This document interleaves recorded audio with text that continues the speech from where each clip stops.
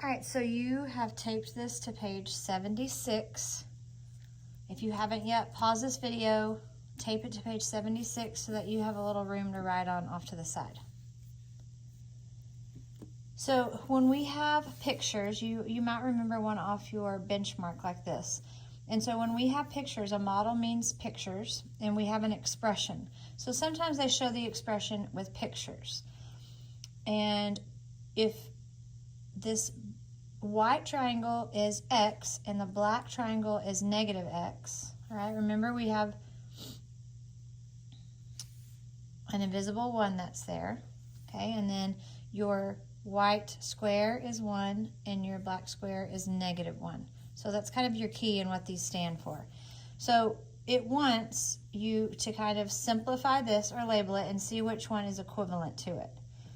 So right here we've got a black triangle, which is a negative x. So we have negative x, we have negative 1x. If you want to put the negative 1x, that's fine. If you want to put the 1 in front of it. And then with the white one, we have x and x. And then we've got 2 black squares, which stand for negative 1. So negative 1 and negative 1. And then this one stands for positive 1. So remember how we talked about when you combine, you're adding with these pictures.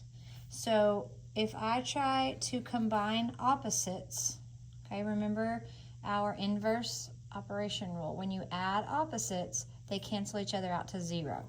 So that cancels out to 0. This cancels out to 0. This one cancels out to 0. And now you have a negative x minus 1. So you have simplified your picture by getting rid and simplifying those down to 0. So let's see which one of these, when we simplify each one, simplifies down that's equivalent to this.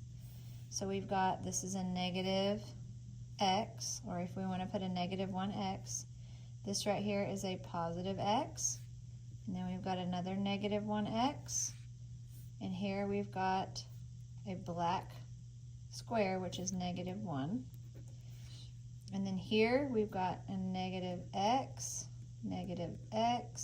or negative 1x if you want to put the 1 in front of it.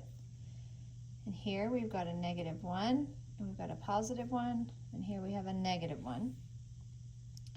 With this one we have a positive 1 and a negative x, or a negative 1x if you want to label it that way.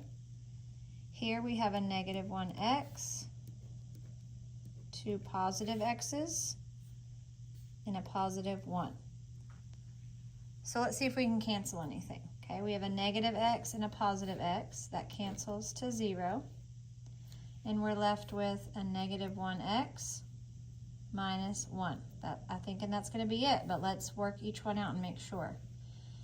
So I've got 3 negative x's here and no white triangles or a positive x to cancel.